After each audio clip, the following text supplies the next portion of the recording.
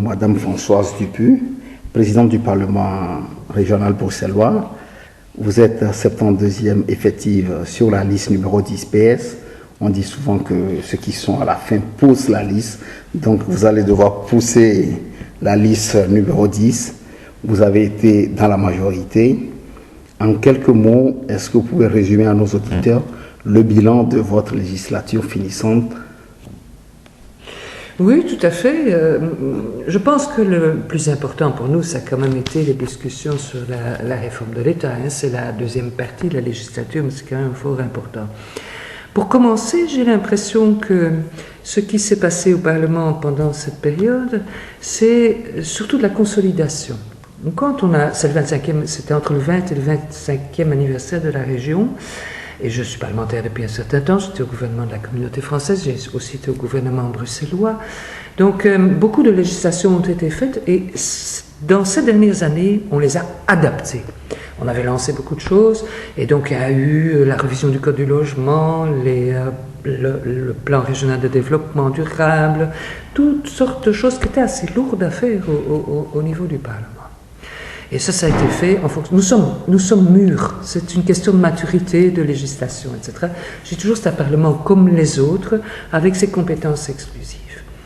Moi, j'ai présidé, puisque je suis président de la Commission des Affaires Générales, la Commission des Finances, du Budget, et donc on a pu aussi mettre notre budget en conformité avec nos attentes. Il est en équilibre.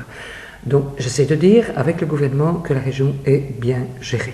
C'est une chose très très importante parce qu'on nous reproche beaucoup d'être trop compliqué, etc. On n'est pas si compliqué que ça.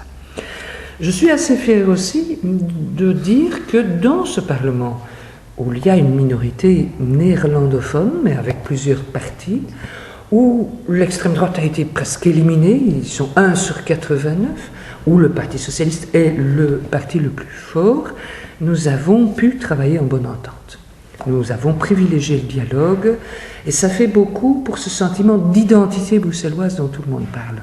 Les représentants de la population au Parlement sont, oserais-je dire, de toute couleur, de toute origine et peut-être de toute langue maternelle. Ça, c'est pas notre problème, puisqu'ici c'est en français et en néerlandais que ça se passe. Et travaillent tous au bien-être des Bruxellois. Qui pour améliorer les infrastructures de mobilité, c'est vrai que la STIB et les transports en commun, on en discute à n'en plus finir, qui pour améliorer l'organisation des quartiers, qui pour travailler à un meilleur aménagement du territoire où il y a de la place pour des logements, de la place pour des entreprises, etc. C'est un travail de structuration de la région qui se fait au Parlement et qui était important, je pense. Le principal ces derniers temps, c'était la réforme d'État. Je pense qu'avec le refinancement de Bruxelles, près de 500 millions d'euros, quand vous avez un budget de 3 milliards, faites votre calcul, ça vous apporte cash énormément. Une bonne partie de cet argent va précisément dans la mobilité, c'est le plus gros problème ici à Bruxelles, ça n'a l'air de rien. Et une partie va dans la sécurité, personne ne nie qu'il y a des problèmes de sécurité. On s'organise, une partie va à l'utilisation que nous souhaitons faire, et notamment, effectivement, à la création de logements, Vous parlez de la question de la mobilité à Bruxelles. Plusieurs Bruxellois interpellent à propos de l'arrivée du RER pour désengorger le ring à Bruxelles. Personnellement, je suis partisan, et je l'ai toujours été, du RER. Je pense, j'étais ministre du Logement et de l'Urbanisme, je mesure que le principal pour nous, c'est d'améliorer la qualité de vie ici dans Bruxelles. Bruxelles est une grande ville, mais le territoire n'est pas illimité, et je pense qu'il ne faut pas se dire que le RER va permettre aux gens de quitter Bruxelles. Au contraire, si les gens ont envie de quitter Bruxelles, ils le font. Les familles qui ont envie d'habiter avec un jardin, à ce moment-là, ils ont envie d'aller ailleurs. Les gens pour lesquels les loyers sont trop importants, ils ont envie d'aller ailleurs. Le principal pour le RER, c'est qu'ils reviennent à Bruxelles, notamment pour y travailler, sans voiture, en transport en commun. Ça, c'est principal. C'est d'ailleurs tellement un élément qui améliore la vie des Bruxellois, que la SNCB ne nous a pas trop fait de cadeau à ce sujet. Heureusement que le ministre Labille a un petit peu secoué les institutions fédérales, parce qu'on sentait quand même bien qu'on nous mettait un peu sous pression en retardant tout le temps ce dossier. Donc oui, je suis un fervent partisan du RER, à la condition bien sûr qu'il y ait des gares aussi dans Bruxelles. Le RN va favoriser l'arrivée des travailleurs, mais parlant des travailleurs, il faudrait aussi dire que Bruxelles connaît un taux de chômage par rapport à sa jeunesse, où le dernier monitoring socio-économique du Centre pour l'égalité des chances donne un chiffre à 48%, où les jeunes ne sont pas engagés du fait de leur origine, notamment, et tantôt du fait de la sous-qualification. Je dis deux choses. La première, c'est que je pense que si on considérait Bruxelles, à l'instar d'une ville comme Vienne, même population, comme Munich, même population, sans les limitations administratives de la région, nous n'aurions pas un taux de chômage plus élevé que la moyenne européenne. Ça, c'est une question de bien voir que les jeunes en difficulté sont à l'intérieur de la ville. Mais sur l'ensemble du périmètre économique, avec l'Interland économique, avec la nouvelle métropole urbaine, nous n'avons pas un taux de chômage plus élevé. Au contraire, nous créons beaucoup, beaucoup d'emplois. J'ai toujours eu, je me suis occupé de formation professionnelle aussi, j'ai eu cette théorie du tiers. Les jeunes qui sont au chômage. Bien sûr qu'il y a pour un tiers une sous-qualification par rapport aux emplois qui sont offerts. Ça c'est vrai et on fait des efforts magistraux de formation. Il y a une deuxième partie qui a beaucoup de jeunes. Dans les autres régions qui n'ont pas cette jeunesse, allez, le plein emploi en Flandre, c'est aussi lié au fait qu'il y a moins de jeunes. Nous amenons toujours plus de jeunes sur le marché. Donc, si vous voulez, la démographie, pour l'instant, est un peu contre l'emploi. C'est logique, c'est une mathématique. Et la troisième partie, le troisième pied, c'est la discrimination à l'embauche. Donc, c'est très clair dans le programme, entre autres dans le programme de mon parti, le programme que moi je défends, c'est tout à fait dans mes documents personnels, il y a la nécessité absolue d'offrir de l'emploi ou des formations aux jeunes, mais aussi la nécessité absolue d'offrir une bonne partie, on ne va pas fermer nos frontières, que du contraire, on est riche de ceux qui viennent, mais de fournir une partie de l'emploi créé, de le fournir aux Bruxellois. Alors ça, on va pouvoir faire, on a des négociations avec la Commission européenne, on va pouvoir faire, d'une part, en ayant des zones où c'est autorisé, on va créer des entreprises, on pourra engager les gens du lieu, en particulier les jeunes, d'autre part, en faisant appel à d'autres mécanismes qui sont des recrutements locaux, en créant, on va avoir, grâce à la 6e réforme de l'État, le tourisme. Le tourisme est un secteur où on peut avoir de l'emploi moins qualifiés, par exemple. Donc en favorisant des secteurs où il y a de l'emploi moins qualifié. Donc il faut jouer sur tous les terrains, mais la toute première chose, c'est de répondre à tous ces jeunes qui sortent des études. Vous savez, il y en a 12 000 qui sortent par an ici, des jeunes, avec ou sans diplôme. Il y en a 6 000 qui trouvent de l'emploi tout de suite, et il y en a 6 000 pour lesquels ça traîne vraiment trop. Et donc il y a un autre programme, et je dis, moi je défends ça devant tout le monde, il y a la garantie jeune, à savoir le fait que ces jeunes ne resteraient pas plus de 3-4 mois sans avoir trouvé soit un contrat d'emploi, soit un vrai stage en entreprise, soit une formation complémentaire s'ils n'en ont pas du tout.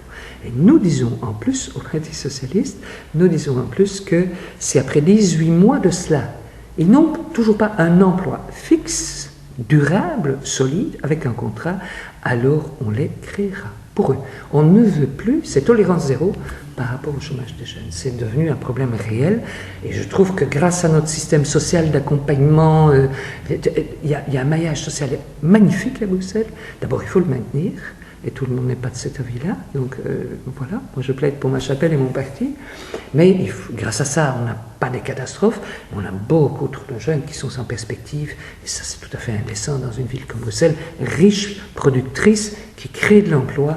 Il faut que nos jeunes aient de l'emploi. Durant cette législature finissante, est-ce qu'il y a eu un point que vous avez souhaité, qui vous a tenu à cœur, que vous avez souhaité réaliser et avec le temps que vous n'avez pas su faire? Oh, il y a beaucoup. Évidemment, moi je suis très branchée parce que je me suis aussi occupée du logement dans le gouvernement bruxellois. Je suis très branchée sur la création de nouveaux logements parce qu'enfin, si on doit loger 170 000 à 200 000 personnes, il va de soi que, effectivement, on doit créer de nouveaux logements. Et on peut faire ça. Tous les architectes, les urbanistes vous disent qu'on peut faire ça. On n'est pas obligé de faire des grandes tours pour ça. On peut faire ça. Mais les gens doivent comprendre que ce problème est vital. Ils ne peuvent pas dire « moi j'ai 5 enfants, mais je ne veux pas qu'on construise à côté de chez moi ». Quand vous parlez avec eux, vous dites « mais et vos enfants, ils vont loger où ?» Alors, la législation sur les loyers, elle nous est transférée par la 6e réforme de l'État. J'espère qu'on va pouvoir vraiment maintenant travailler sérieusement dessus. Il n'est pas question de bloquer tout le système, mais on prévoit quand même un blocage temporaire si c'est nécessaire. Il faut absolument que les gens puissent être logés. Donc, la question du logement est importante. La question de la création des places d'école aussi. Ça, je pense qu'on a assuré la rentrée prochaine, donc je ne vous dis pas qu'on n'a pas pu le faire, mais c'est un effort à poursuivre, bien entendu. Ces jeunes doivent aller à l'école. Vous imaginez pas une société civilisée où on n'a pas de place à l'école. Et je ne parle pas de faire des files dans les bonnes ou les mauvaises écoles. Entre guillemets, une mauvaise école, ça n'existe pas. Les écoles doivent toutes être bonnes. Hein. Donc ça, c'est un problème d'image aussi, qu'il est important de populariser, de moyens sans doute, qu'il est important aussi de mettre dans les écoles qui en ont besoin. Je crois qu'on assure la rentrée prochaine, c'est tout juste, c'est un effort à poursuivre qui est très important. Pour pouvoir continuer toute l'œuvre que vous expliquez à nos auditeurs, que diriez-vous à les lecteurs dubitatifs qui continuent par hésiter sur le choix à faire? Je dirais que le Parti socialiste, qui est un grand parti, qui a une force, qui a une tradition, qui a des fondamentaux, et bien sûr qu'il y a des personnalités diverses. Moi, je me situe plutôt à la gauche du parti, très à la gauche du parti, mais bon, voilà.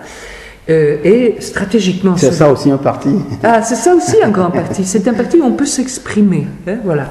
Alors, je comprends les mouvements d'extrême gauche. Je les comprends. Je pense qu'il y a de réelles difficultés. Et je comprends un certain type de discours qui est tenu par rapport au chômage, par rapport à l'envie de changer plus de choses. Mais je dis, si on ne vote pas pour un grand parti qui peut le faire, un parti de gouvernement qui peut le porter, alors on risque de faire le lit de la droite. C'est un discours très classique, mais je pense que plus que jamais, il faut le tenir. Ils annoncent la couleur tout de suite de l'autre côté. Des niches, un peu comme chez Sarkozy, là, hein. On va favoriser des levées d'impôts, on va supprimer le droit de succession, on va faire ceci, on va faire ça. Bref, on ne va plus avoir des ressources normales, fonctionnelles par rapport à une réelle progressivité de l'impôt. Et alors, comment est-ce qu'on va faire des écoles, des routes, des hôpitaux? Comment on va faire? Oui, mais vos adversaires politiques s'offusquent de vous voir proposer, par exemple, la réduction sur l'impôt sur le travail, par exemple, la taxation sur les bois loyers. Donc, du côté du MR, du CDH et autres, ils s'offusquent en disant c'est pas possible, où est-ce qu'ils vont trouver l'argent? L'argent, ce n'est pas très compliqué à trouver. C'est aussi une organisation et un vouloir politique. L'argent, nous l'avons cerné, ciblé sur le pourcent de population la plus riche. Alors, j'aime entendre dire que ça, ce sont les gens, à la limite, on ne sait pas, ils ne savent pas eux-mêmes quoi faire de leur argent. J'ai coutume d'utiliser l'expression « ça tapisse les murs ». Ça tapisse les murs. Non, ça tapisse pas les murs. C'est dans toutes sortes de filières. Mais à quoi sert cet argent ? À quoi ça sert? Nous voulons vivre avec les autres, nous voulons vivre en bonne entente avec les autres. Nous estimons que sur une place comme Bruxelles, qui est très riche, qui contribue énormément pour la Belgique à la productivité économique, nous voulons vivre ensemble, nous voulons vivre en paix et nous voulons vivre en partageant cette richesse. Moi, je trouve que c'est extrêmement important. Donc, très pratiquement, augmenter le salaire poche. On commence par 120 € par mois. Pourquoi? Quand vous dites ça sur un marché, le marchand il a tout de suite compris. Les gens n'ont plus d'argent pour acheter et l'économie descend. Donc c'est par la relance de l'économie locale.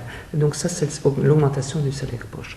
La diminution des charges sur le travail pour les salaires les plus bas, pour qu'on engage aussi des gens moins qualifiés et que, ça c'est très calculé et aller chercher, je crois, je ne dis pas dans la poche de tous ceux qui en ont, il ne s'agit pas de ça. Il s'agit du % des plus riches. Je peux vous assurer qu'ils sont nettement, chaque jour, un peu plus riches avec le système actuel. Vous allez dire, c'est un discours d'extrême gauche? Non. C'est le discours porté par l'ensemble du Parti socialiste. Oui. Maintenant, pour terminer, je sais que c'est le jeu des alliances, le jeu des coalitions qui vous permettent de gouverner. Quel est votre souhait au soir du 25 mai pour l'équipe qui va devoir diriger 5 ans notre région Bruxelles-Capitale? Mon souhait particulier est que nous sortions victorieux, lourdement, massivement, vraiment victorieux de cette élection. Bien sûr qu'il faut faire des coalitions, ne fût-ce que parce qu'il faut toujours assurer des majorités un peu partout dans notre système, c'est un système de coalition, mais que sur les consensus qu'on peut dégager, on trouvera, on avance avec les gens qui ont le même programme. Pas avec les gens qui font des cadeaux fiscaux dans tous les sens. Ça, c'est pas possible. Alors, je pense que la raison vaincra devant le rapport de force, donc ça, c'est clair, ça. Mais mon souhait est qu'on puisse avoir une majorité de centre-gauche ou de gauche, carrément, et qu'on puisse faire pour les Bruxellois, d'où qu'ils viennent. Parce que vous savez, la diversité, c'est un mot comme ça qu'on utilise, mais c'est toujours des gens. C'est des gens qui sont dans les écoles, c'est des gens qui vivent dans les maisons, c'est des gens qui tiennent le commerce, c'est des gens qui ont des diplômes, c'est des gens qui ont des ambitions, c'est des gens. Donc c'est extrêmement important que nous puissions faire vivre cette ville tous ensemble. Ben, pour ça, il faut partager. Il faut partager, il faut aller chercher là où l'argent se trouve. Alors il faut régler les problèmes techniques, comme ceux de la mobilité, comme ceux des loyers. Il faut trouver, mais il faut d'abord avoir une bonne assise politique. Et donc moi, voilà mon souhait. Que les gens comprennent massivement que les discours de dispersion ne sont pas bons. Les discours de dispersion ne sont pas bons, et le discours de la droite, pour moi, il n'est pas très responsable vis-à-vis des Bruxellois. Voilà une bonne assise, pas de dispersion, bonne campagne et merci. Merci à vous, merci beaucoup.